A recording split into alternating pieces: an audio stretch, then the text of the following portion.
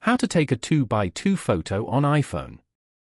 To get started, first of all open up the camera application on your phone.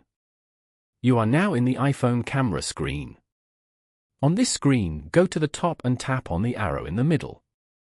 Now, go to the options below and tap on the size icon. Then, select the size you want from here. For example, square.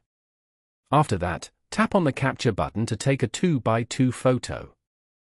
Alternatively, go back and open up the Safari application. Go to the search bar below and type in 2x2 photo converter. From the results, go to imresizer.com. Once you're here, tap on Upload Images as shown. Then, tap on Photo Library. Select the photo you want to resize and then tap on Done. Here, tap on Crop and Next.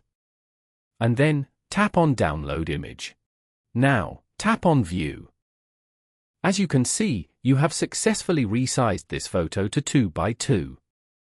You can now save this photo to your photo library.